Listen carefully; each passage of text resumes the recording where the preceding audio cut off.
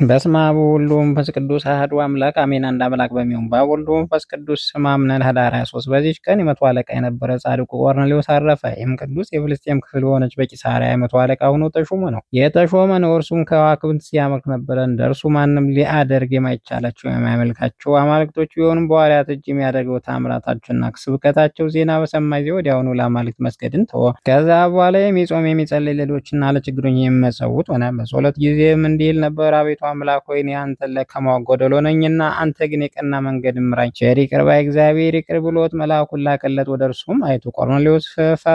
በቤቱ ምን ትላለህ አለ። ጸሎት፣ ምጽዋት፣ መልካም መታሰቢያ ሆኖ ወደ እግዚአብሔር አድርጓል። አሁንም በጫማ ሰፊው በስምዖን ቤት የሚኖሩ ስምዖን ጴጥሮስ ይጠሩልህ ዘንድ ሰዎችን በባህሩ አቅራቢያ ወዳለች ኢዮጴ ከተማ ላክ አለው። በዚያን ጊዜ መልአኩ እንደነገረው ሰዎችን ላከ። ጴጥሮስ በመጣ ጊዜ ቆርኔሌዎስን ተቀብሎ ከእግሩ በታች ሰገደለት። ጴጥሮስም አነሳውና ተነስ፣ እኔም እንዳንተ ሰው ነኝ አለው። ከእሱም ጋር እየተነጋገረ ገባ። ወደ እርሱ የመጡ ብዙ ሰዎች አገኘ። ጴጥሮስ እንዲህ አላቸው፣ ለአይሁዳዊ ሰው ሄዶ ከባዕድ ወገን ጋር መቀላቀል እንደማይገባው ታውቃላችሁ። እኔ ግን ማንም ቢሆን እንዳልጸየፍ እግዚአብሔር አሳየ። አሁንም እንደላካችሁብኝ ሳልጠራጠር ወደ እናንተ መጣሁ። የጠራችሁኝም ለምን እንደሆነ እስኪ ንገሩኝ። ቆርኔሌዎስም ዛሬ አራተኛ ቀን ነው አለ። በቤቴ ውስጥ በ9 ሰዓት ስጸልይ አንድ ሰው ብርሃን ለብሶ ታየ። እንዲህም አለ፣ ቆርኔሌዎስ ጸሎት ተሰማ፣ ምጽዋትን በእግዚአብሔር ፊት ታሰበልህ። አሁንም በከባር አቅራቢያ ወዳለች ወደ ኢዮጴ ከተማ ላክና በጫማ ሰፊው በስምዖን ቤት የሚኖር ጴጥሮስ የተባለ ስምዖን ይጠሩልህ። እርሱም አንተ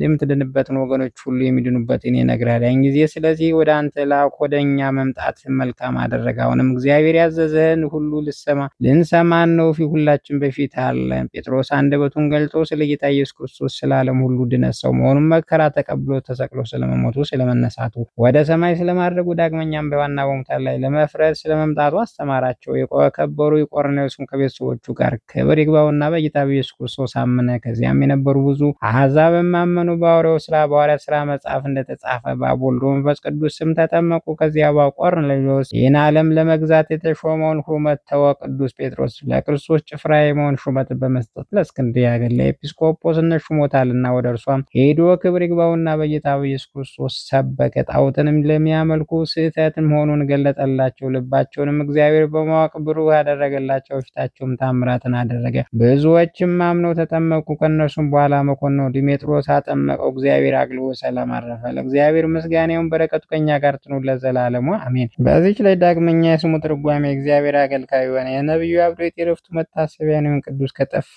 በረሃ አቅራቢያ ካለች ሱሳም ትባል ሀገር ካሉ ሰዎች ወገን ነው። ለነቢዩ ኤልሳዕም ደቀ መዝሙር ሆኖ ብዙ መከራ በእርሱ ላይ የመጣ ታግሶ ከመራው በትዕግስት ዳነ። ይህም ኤልያስን የተለማመጠና ኤልያስን አዝኖለት አብሮት ወደ ንጉሥ አክዓብ ሄደለት። 3ኛ የአምሳ አለቃ ነው። ከዚያ በኋላ ምድራዊ ንጉሥ ማገልገል ትቶ ነቢይ የሆነ የትንቢቱም ወራት አድርሶ በሰላም አረፈ። ለእግዚአብሔር ምስጋና ይሁን፣ እኛንም በነቢዩ ጸሎት ይማረን ለዘላለሙ አሜን። ኅዳር 23 ቀን የሚከበሩ ዓመታዊ በዓላት የቅዱሳን በዓላት ቅዱስ ቆርኔሌዎስ ሐዋርያ ጻድቅ፣ ቅዱስ አብድዮድ።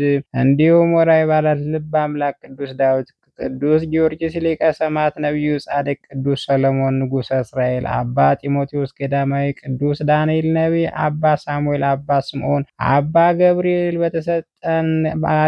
በተሰነጠቀ ዓለት ውስጥ የምትኖሩ ማደሪያህም ከፍ ከፍ ያደረግ በልብም ወደ ምድር የሚዋርደኝ ማን ነው የምትል አንተ ወይ የልብን ትዕቢት አታሉሃል። እንደ ንስርም መጥቀህ ብትወጣ ቤትም በከዋክብት መካከል ቢሆን ከዚያ አወርድሃለሁ ይላል እግዚአብሔር በቸርነቱ ይጠብቀን ለዘላለሙ አሜን። ጌታ ሆይ ከብልጽግናቸው ብዛት የተነሳ ብዙ መባ ካገቡት የደቀዳይቱን አነስተኛ መባ እንደተቀበለው ጊዜ የሚያገለግሉን ኃይላዊ መላእክት እያሳሰቡ ችግር ጊዜ ማቅረብ ምስጋና ተቀበል። እናንተ ቅዱሳን ነቢያት፣ የወንጌል ሰባኪያን ሐዋርያት፣ ሰማዕታት፣ ጻድቃን፣ ትጉሃን መላእክት፣ ፍጹማን ደናግል እንዲሁም ደጋጎች መነኮሳት ልጅ አዋቂ ሳይል የምንሰበሰብበትን የጉባኤ ቦታ ባርኩ። መጽሐፍ ወረቀት አዘጋጅቶ ብራና ዳምጦ የጻፈውን ያጻፈው ከግዕዝ ወደ አማርኛ የተረጎመውን ቃለ ንባቡን በእርጋታ መንፈስና በተመስጦ ሕሊና ያዳመጠውን በደለኛ ሁሉ የምታስምር ጌታ እናቱ በማርያም ጸሎት ኢየሱስ ክርስቶስ በአንድነት ይማረን። ኢየሱስ ክርስቶስ በአንድነት ይማረን። ኢየሱስ ክርስቶስ በአንድነት ይማረን ለዘላለሙ አሜን።